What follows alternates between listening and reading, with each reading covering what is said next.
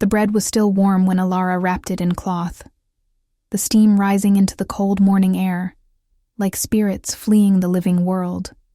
She had woken before dawn as always, her hands moving through the familiar rhythm of kneading and shaping, her small stone oven filling the cabin with heat that never quite reached the corners where frost still clung to the wooden walls. The loaves were her livelihood, her connection to the handful of humans and lower-ranked wolves who lived in the villages, bordering the shadow pine forest. People who asked no questions about why a young Omega lived alone in the woods, who paid her in coins and vegetables and sometimes just grateful smiles. It was a small life, a hidden life, but it was hers. And after everything she had survived, that simple ownership felt like the greatest luxury imaginable. She was checking her snares near the western edge of her property when she heard it, a sound that made her wolf stir uneasily beneath her skin, labored, breathing, the kind that came with pain or exhaustion or both. Alara froze, her basket of herbs hanging from one arm, every instinct screaming at her to run back to the cabin and bolt the door. She had learned caution the hard way, had the scars to prove what happened when Omegas trusted too easily, when they believed that pack bonds meant protection rather than exploitation. But there was something in that breathing, something desperate and fading, that made her feet move forward instead of back, her curiosity and her cursed compassionate nature overriding the survival instincts that had kept her alive for 3 years in this self-imposed exile. She found him collapsed against an old oak, its roots twisted around him like the forest itself was trying to offer comfort. Blood stained his shirt, dark and spreading, and his face was pale beneath several days of stubble. But it was his eyes that stopped her breath, golden eyes that fixed on her with an intensity that made her wolf whimper in recognition of something, though she could not name what. He was an alpha. That much was obvious from the power that radiated off him even in this weakened state, the kind of dominant energy that usually made her want to bare her throat or run for her life. Yet there was something different about him, something in the way he looked at her without the entitled expectation she had learned to fear from alphas, without the calculation that always preceded demands for her submission, or her service or her body. "Please," he said, his voice rough and deep, and that single word carried no command, only request. Water. Just water. Alara should have left him there. Every lesson she had learned, every painful memory that still woke her in the night, told her that alphas were dangerous, that their kindness was always conditional, that helping one would only lead to expectations she could not afford to meet. But she thought of the bread in her basket, still warm, and something in her could not walk away from someone who asked rather than demanded, who said please, as if he had forgotten he was alpha enough to simply take. So she knelt beside him, uncapped her water skin, and held it to his lips, while he drank like a man dying of thirst, which perhaps he was. When the water was gone, she surprised herself by unwrapping one of her loaves, tearing off a generous piece, and offering it to him with hands that trembled only slightly. "Eat this," she said softly. "You need strength." He took the bread with what looked like genuine wonder, as if no one had offered him simple kindness in longer than he could remember.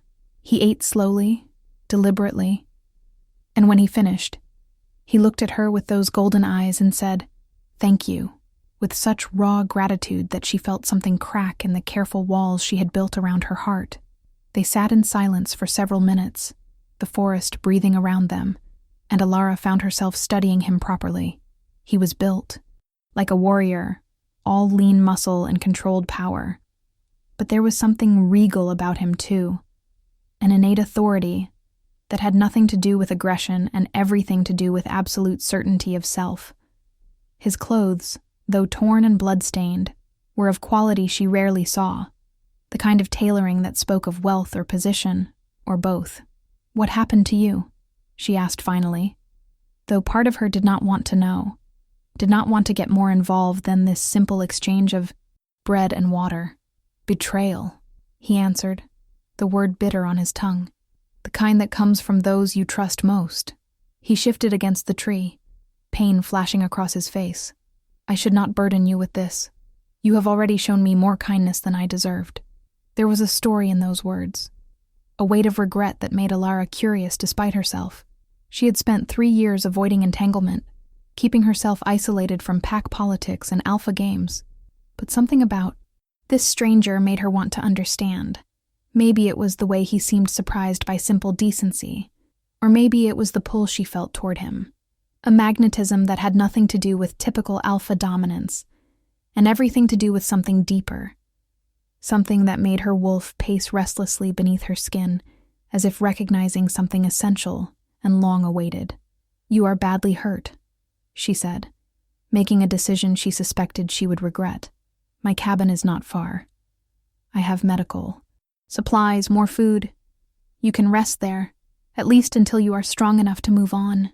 He studied her for a long moment, and she saw surprise in his eyes, then something that might have been hope. "You would help me? You do not even know me." "I know you are hurt and alone," Alara replied. "I know what that feels like. Come, before you bleed out and make me regret stopping to check my snares." Getting him to the cabin was an exercise in determination and stubbornness. He was heavy, solid, muscle and alpha bulk, and every step seemed to cost him. But he never complained, never demanded she move faster or carry more of his weight, and that restraint impressed her more than dominant posturing ever could. By the time they reached her small clearing, he was barely conscious, and she had to half-drag him through the door and onto the narrow bed that served as her only real furniture. She worked quickly, her hands steady with practice as she cut away his ruined shirt and assessed the damage. 2 deep wounds, knife strikes that had barely missed vital organs, along with various cuts and bruises that painted a picture of a brutal fight. As she cleaned and stitched, she found herself talking, her voice soft in the quiet cabin. She told him about her herbs, about which ones stopped infection, and which ones eased pain, about the old healer who had taught her before the woman died and left Alara truly alone. She did not tell him the real story, did not explain why an Omega lived, isolated in the forest. But something in his presence made her want to fill the silence, to offer words since he seemed to need them as much as he had needed the bread. He drifted in and out of consciousness, but whenever his eyes opened, they found her immediately, tracking her movements with an intensity that should have frightened her, but somehow did not. "What is your name?" he asked during one of his lucid moments, his voice strained but curious. "Alara," she answered, tying off the last stitch. "You should rest now. Your body needs time to heal." "Alara," he repeated, as if tasting her name, memorizing it. "I am Cass. Thank you, Alara. For the bread. For this. For not leaving me to die." She wanted to ask if Cass was short for something. Wanted to ask 1,000 questions about who he was and why someone had tried to kill him. But exhaustion was pulling him under, and she let him go, covering him with her only spare blanket and stepping back to study this stranger she had brought into her safe space. He looked less dangerous asleep, the harsh lines of his face softening, though even in rest there was something commanding about him, something that spoke of power held carefully in check. Her wolf was still restless, circling and whining in a way she had never experienced, as if trying to tell her something crucial that her human mind could not quite grasp. Over the next 3 days, Alara fell into a strange routine of caring for her unexpected patient.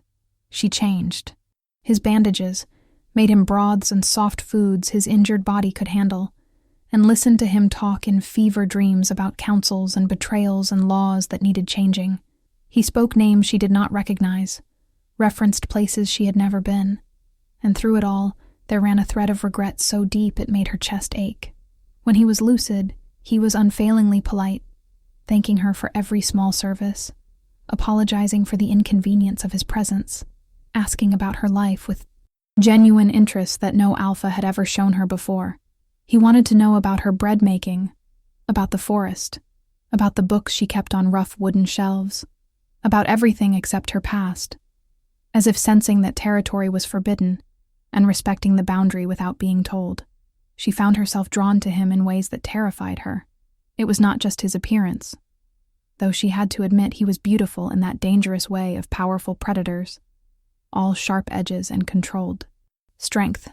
It was the way he looked at her, really looked, as if she was a person rather than a role or a designation. It was the way he asked rather than commanded, the way he seemed genuinely interested in her thoughts and opinions. It was the vulnerability he showed when fever made him weak, the way he reached for her hand in the night as if she was an anchor keeping him tethered to life.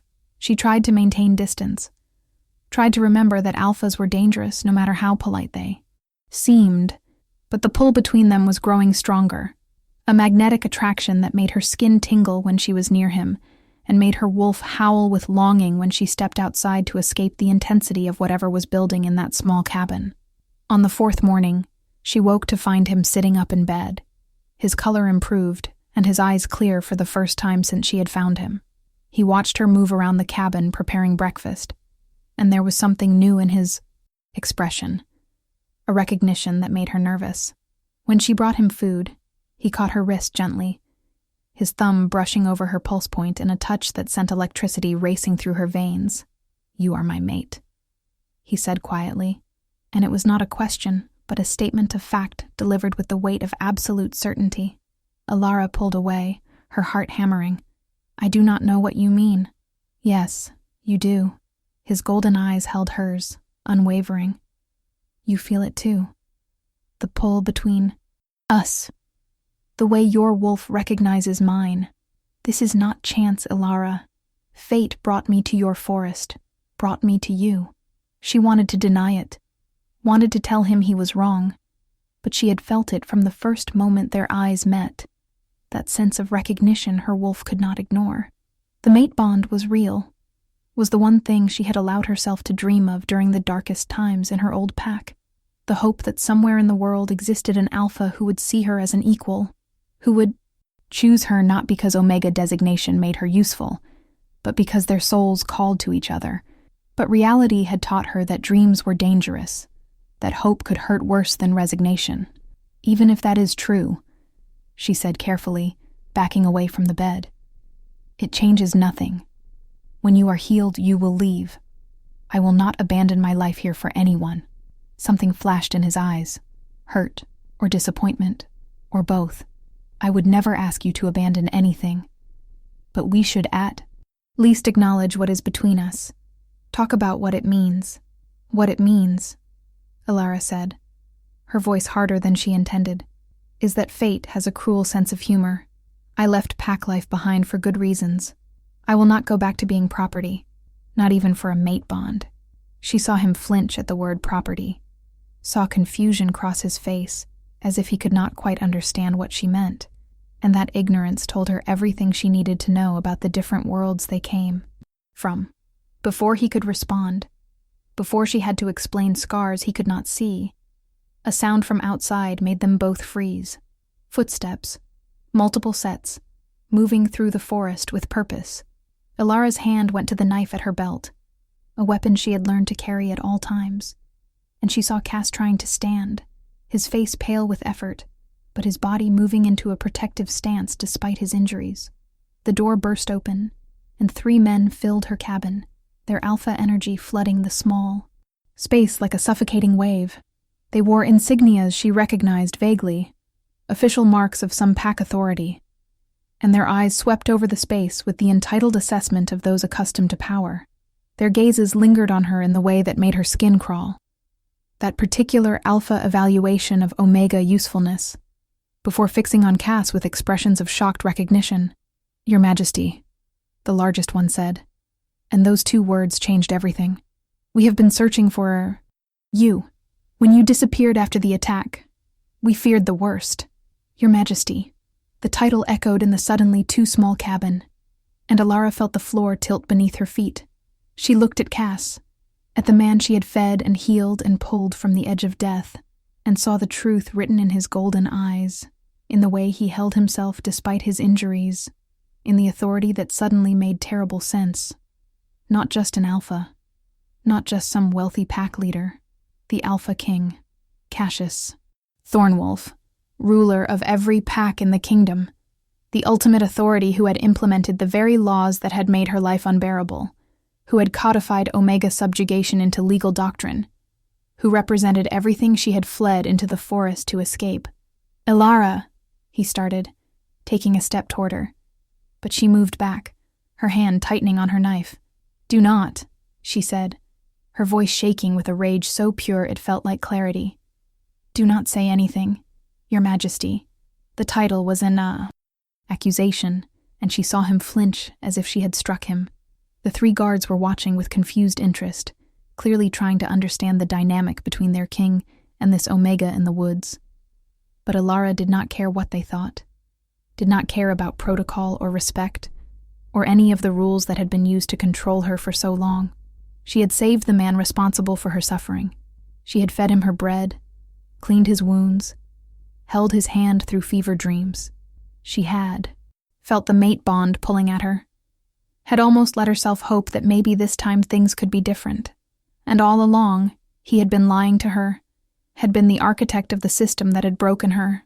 "You need to leave," she said, her voice cold.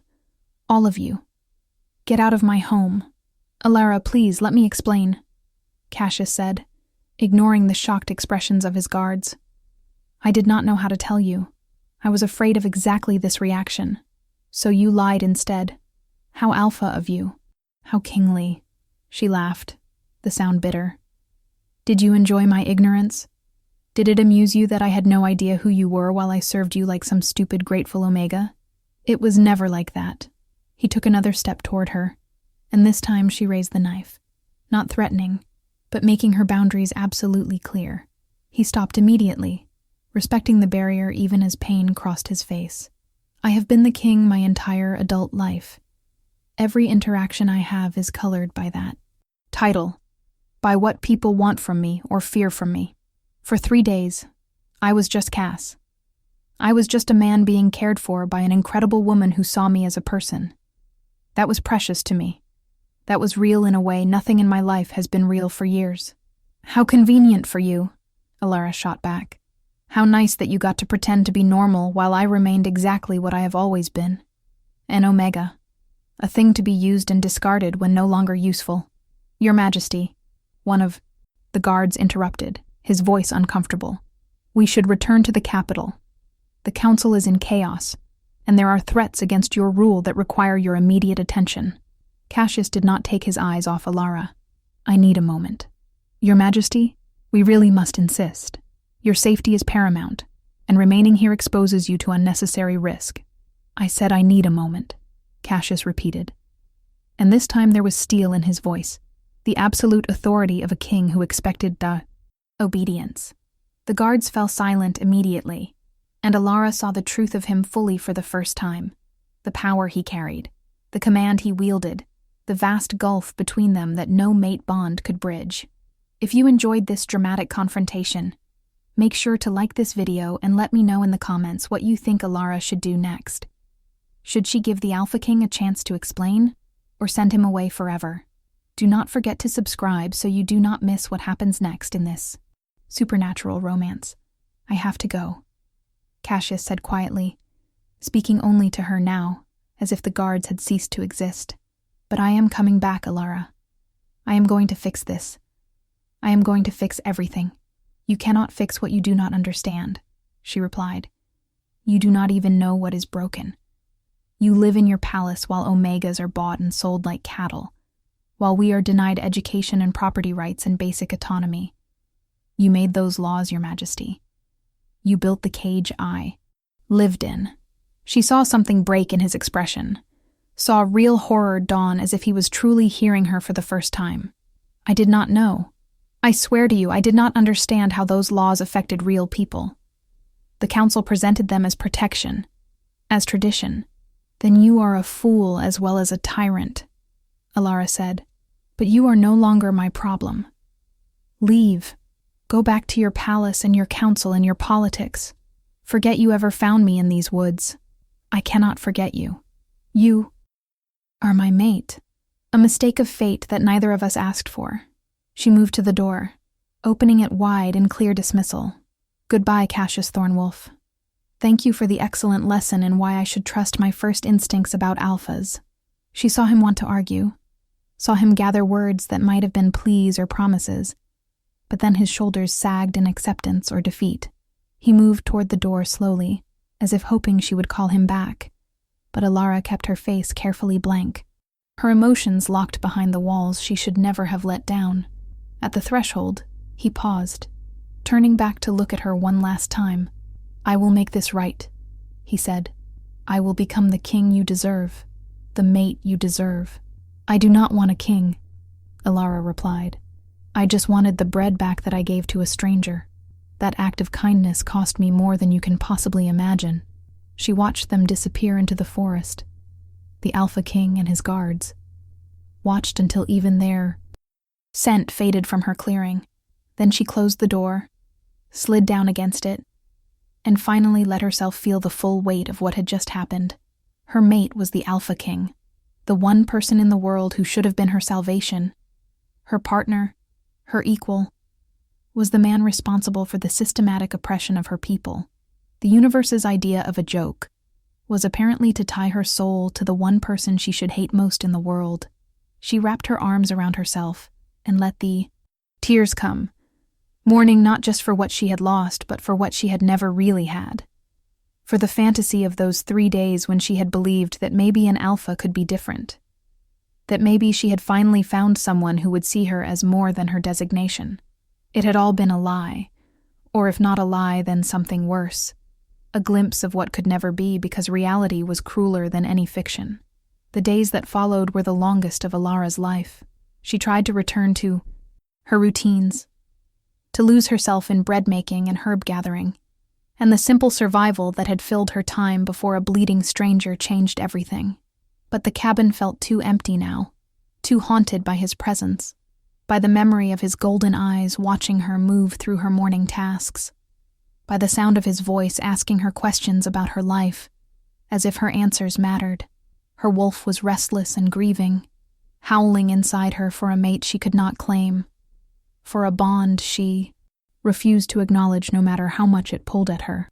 She found herself standing in the clearing at odd hours, staring into the forest as if expecting him to emerge from the trees, and hating herself for the disappointment she felt when he did not appear. She tried to be angry, tried to hold on to the righteous fury that had burned so cleanly when she realized who he was. But anger was exhausting, and underneath it lived a more complicated truth. She had seen something real in those 3 days, something genuine in the way he looked at her, in the vulnerability he had shown, in the person he was when stripped of title and power.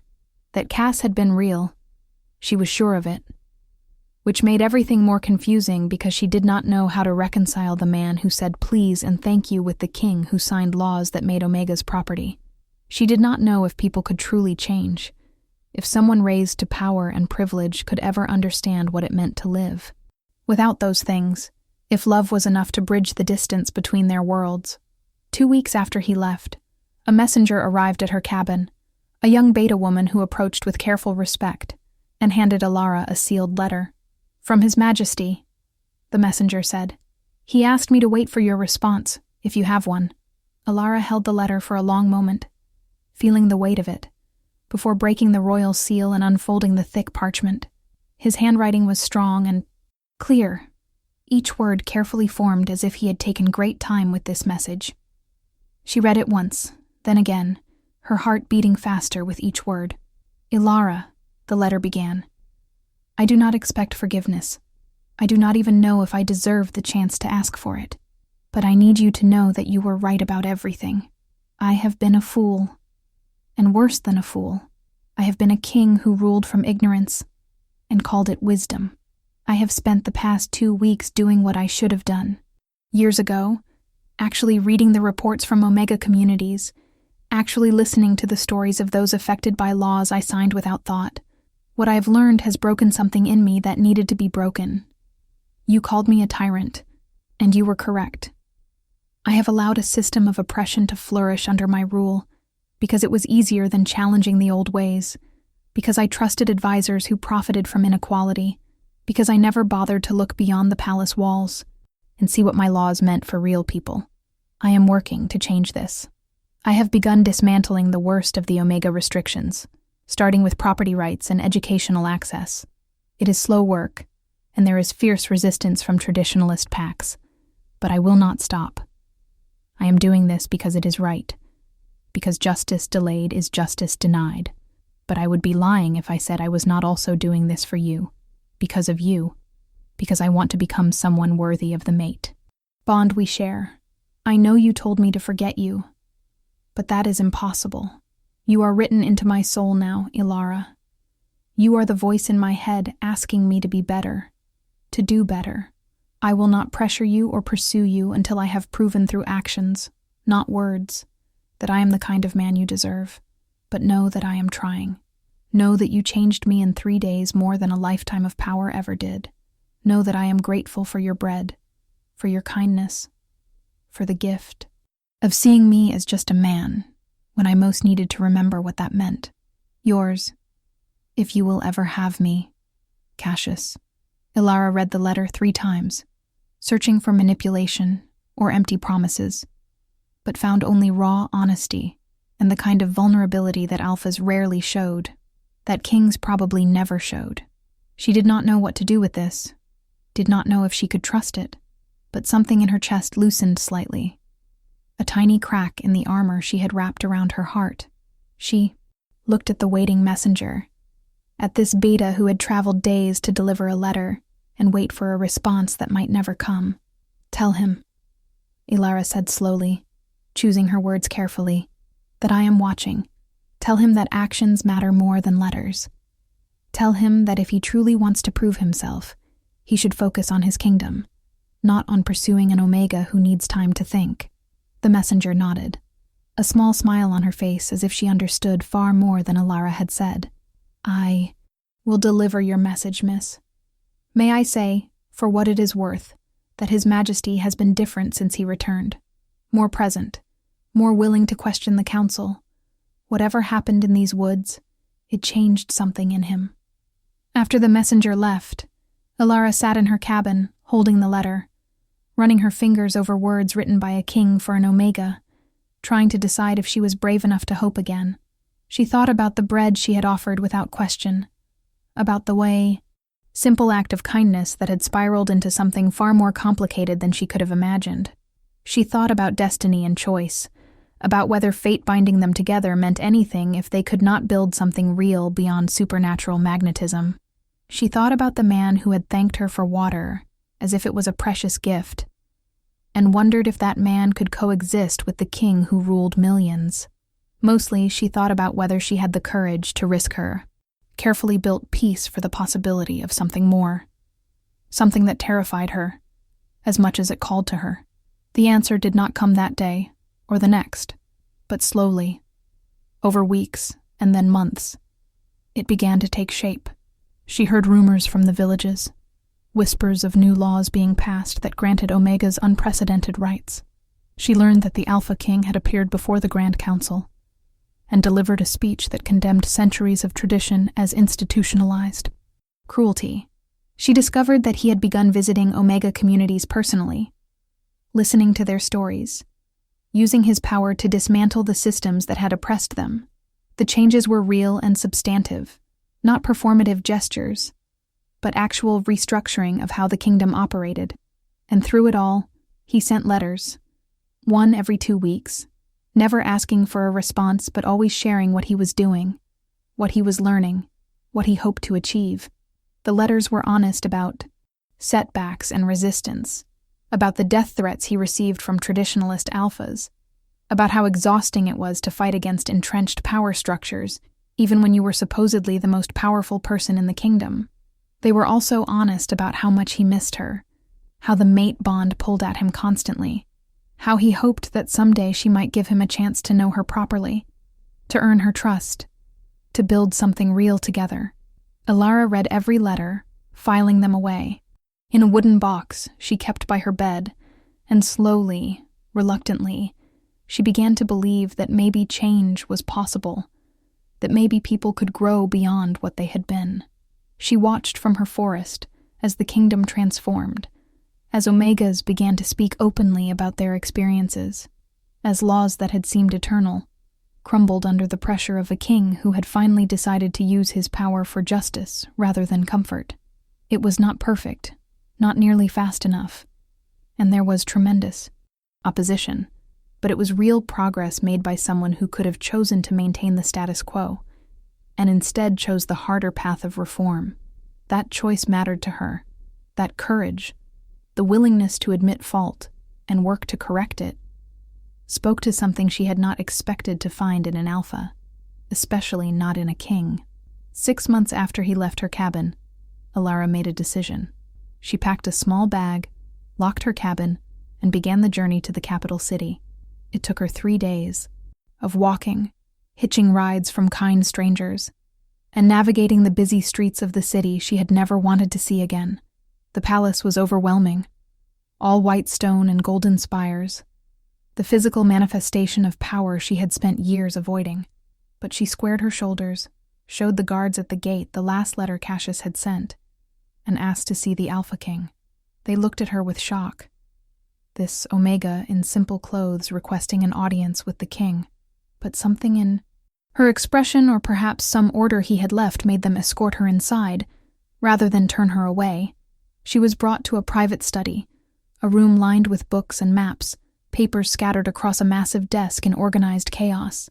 Cassius stood at the window, his back to the door, and even from behind she could see the tension in his shoulders, the weight he carried. When he turned and saw her standing there, everything in his face transformed. Shock, joy, hope, fear, all flickering across his features in rapid succession before settling into careful neutrality, as if he was afraid to presume anything. "Ilara," he said, her name a prayer on his lips. "You came.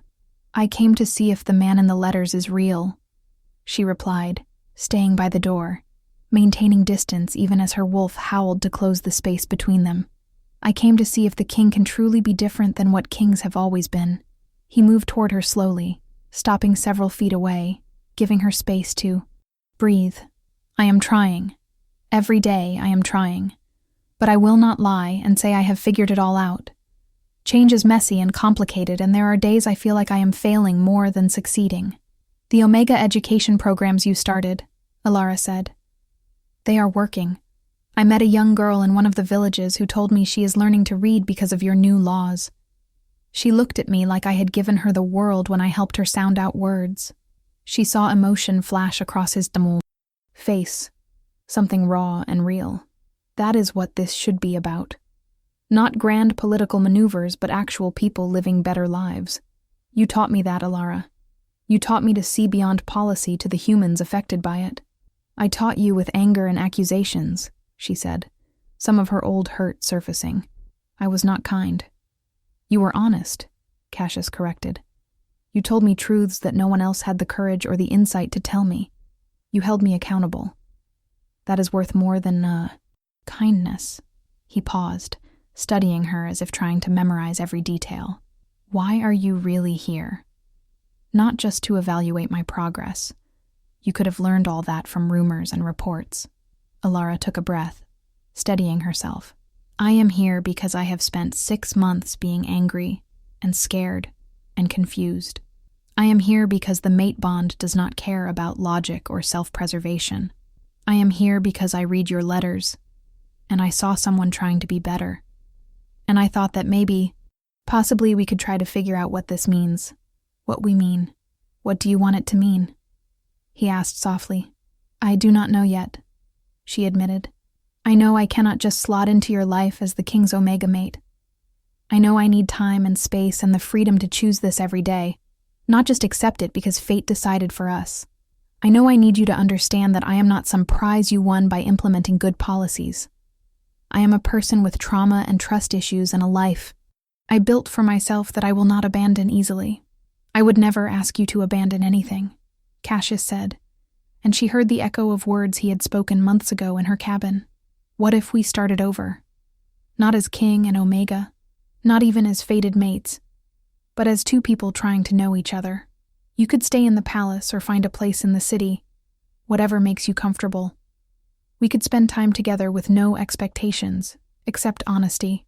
We could see if the connection we felt in that cabin can survive in the real world with all its complications." It was not a perfect solution, but perfect was impossible anyway. It was a beginning, a possibility, a chance to explore what they could be together without the pressure of destiny or duty dictating the terms. Alara looked at him, really looked, and saw not just the king, but the man she had fed bread to in the forest. The person who had thanked her for simple kindness. The alpha who had respected her boundaries even when it hurt. She saw someone trying, genuinely trying, and maybe that was enough to build on. "Okay," she said quietly. "We can try." The relief on his face was almost painful to witness, as if he had been holding his breath for 6 months and could finally exhale. He took a half step toward her, then stopped, clearly wanting to touch her, but uncertain if he had that right. Alara closed the distance herself, taking his hand in hers, feeling the electric current of the mate bond singing through the contact. It was not a commitment, not yet, but it was a beginning, an acknowledgement that they were both willing to try despite the odds stacked against them. They stood there in that study, hands clasped, neither speaking, just existing together in a moment of fragile possibility.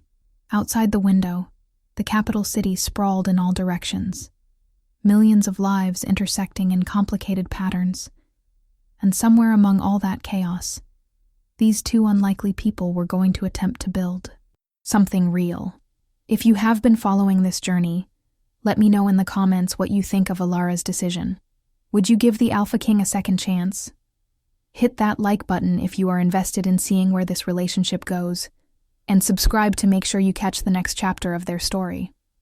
The next months were a careful dance of boundaries and bridges, of two people learning each other while navigating the impossible complexity of their circumstances. Cassius had arranged for Alara to have her own suite in a quiet wing of the palace, a space that she could make her own without pressure or expectation. She filled it with her books and herbs, set up a small kitchen where she could bake bread in the early mornings, created a refuge that felt like hers even in the heart of this intimidating place. True to his word, Cassius made no demands on her time, instead offering invitations that she was always free to decline. They took walks in the palace gardens, spent evenings reading in his study, had dinners where they talked about everything from philosophy to pack politics to the small details of their lives that made them who they were. Alara learned that Cassius had become king at 20 after his father's sudden death, that he had been raised to rule but never taught to see beyond the palace walls, that the weight of the crown had isolated him from real human connection for most of his adult life. She learned about the assassination attempt that had driven him into the forest, a conspiracy by council members who opposed his growing interest in reform, who wanted him dead so they could install a more traditional, more controllable ruler. She learned that he had spent years feeling like a symbol rather than a person, that her cabin had been the first place in a decade where he felt seen for who he was rather than what he represented. She learned that he had a dry sense of humor, that he loved history and strategy, that he played chess, with a ruthlessness that surprised her, until she remembered he had survived decades of court politics. Cassius learned that Alara had been born to a small pack in the southern territories, that she had shown early talent for healing and herbcraft that her pack leaders had tried to exploit. He learned that she had been promised to an alpha twice her age when she was barely 18, a transaction disguised as tradition, and that she had run the night before the mating ceremony, choosing exile over subjugation. He learned that she had spent 3 years in the forest building a life from nothing, that her independence was hard-won and precious, that her kindness existed alongside a core of steel that had kept her alive when others would have broken. He learned that she loved poetry and old stories, that she sang sometimes when she thought no one could hear, that she was brilliant and brave, and had more integrity in her smallest finger than most of the nobles who surrounded him daily. They learned each other slowly, carefully, building trust through consistency rather than grand gestures. Cassius showed her the work he was doing, bringing her to council meetings where her perspective on Omega issues gave him leverage against resistant traditionalists. Alara found herself becoming involved in the reform efforts, using her experience to shape policies that would actually help, rather than simply appearing progressive. She started visiting Omega communities with him, lending credibility to his efforts, showing others like her that change was possible, that their voices mattered. It was terrifying and exhilarating, stepping into a public role she had never wanted, but something about using her pain to prevent others from suffering felt right, felt like purpose. The mate bond grew stronger as they spent time together, the pull between them becoming harder to ignore. There were moments of hand-holding that lasted longer than strictly necessary, conversations that stretched late into the night, glances that carried weight and heat and promise. But Alara was not ready to complete the bond, was not ready to take that final step that would tie them together permanently. She needed to know that what was between them was real, was choice, was built on foundation solid enough to withstand the pressures of their impossible situation. Cassius never pushed, never made her feel like her caution was rejection, and that patience meant more to her than any declaration of love could have. 8 months after she arrived at the palace, everything changed again. Alara was in the city, visiting one of the new Omega schools, when she heard the explosion. The sound rolled across the capital like thunder, and she knew immediately, with the terrible certainty of nightmare becoming real, that something had happened at the palace. She ran through the streets with her heart in her throat, using her wolf speed to cover distance impossibly fast, arriving to find that, Western Wing engulfed in flames and chaos everywhere. Guards were shouting, people were screaming, and through it all she caught fragments of information that made her blood run cold. Assassination attempt, the Alpha King, the study. She did not remember deciding to move, did not remember pushing past guards and ignoring orders to stay back. She only knew that Cassius was in there somewhere, and the mate bond was screaming inside her with a terror so pure it whited out every other thought. She found him in the rubble of what had been his private study, pinned under a collapsed beam, blood running down his face from a gash above his eye. He was conscious but barely, his breathing labored, and when he saw her, his expression shifted from pain to something like wonder and fear mixed together. Guards were trying to lift the beam, but it was massive, reinforced wood that had been part of the palace structure, and they were not making progress fast enough. Alara did not hesitate, did not think, just added her strength to theirs, and felt her wolf rise to the surface, lending power that an Omega should not have, that no one could explain. The beam shifted, lifted, and they pulled Cassius free seconds before the rest of the ceiling collapsed in a shower of burning timber and stone. Outside, in the chaos of the palace grounds, Alara held Cassius while healers worked on him, his blood soaking into her clothes, his hand gripping hers with desperate strength. "You came," he said, his voice rough with smoke and pain. "You came for me. Of course I came for you," she replied. And in that moment she understood what she had been afraid to acknowledge. This was not just mate bond compulsion or destiny's demand. This was love, real and chosen and terrifying. This was the knowledge that her life was better with him in it, that she wanted his safety more than her own, that somewhere in the past months she had stopped fighting what was between them and started building toward it. Instead, "You are mine, Cassius Thornwolf. Did you really think I would let some conspiracy take you from me?" She saw tears mix with the blood on his face, saw him try to smile despite the pain. "I was afraid you would never feel this way, that I had ruined any chance before we began. You were a fool and a tyrant," Alara said, repeating words from months ago but with different weight now, with affection underneath the accusation. "But you became something better. You became someone I choose. Not because fate says I must, but because I want to. Because you are worth choosing." The conspirators were caught within days. Council members and traditionalist alphas who had seen Cassius's reforms as existential threats to their power. The investigation revealed that this had been their second attempt, that the first had been the attack that drove him into the forest, into Alara's path. It was a strange thing to be grateful for an assassination attempt, but she could not help thinking that, without that violence, they never would have found each other, never would have had those 3 days in the cabin that changed both their lives irrevocably. The universe worked in mysterious ways, using trauma to create connection, using near death to forge love. Cassius recovered slowly, and Alara was with him through every step, no longer maintaining careful distance, but claiming her place at his side. They talked about the future, about what kind of partnership they could build that honored both their needs. Alara was clear that she would never be a traditional queen, would never smile and wave, and exist as ornament to his rule. She wanted to continue her work with Omega communities, wanted to be an active force for change, wanted a voice in decisions that affected people like her. Cassius not only agreed, but encouraged her, seeing in her passion and insight the kind of partnership he had never imagined possible.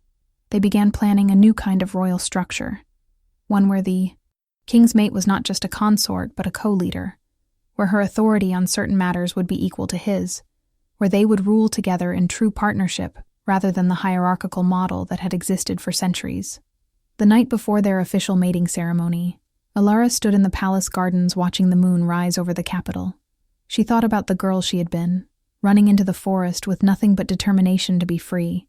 She thought about the woman she had become, strong enough to stand beside a king without losing herself, brave enough to let someone past her defenses despite the risks. She thought about the strange journey that had brought her here, from bread offered to a stranger, to a love built on honesty and choice, and the willingness to grow.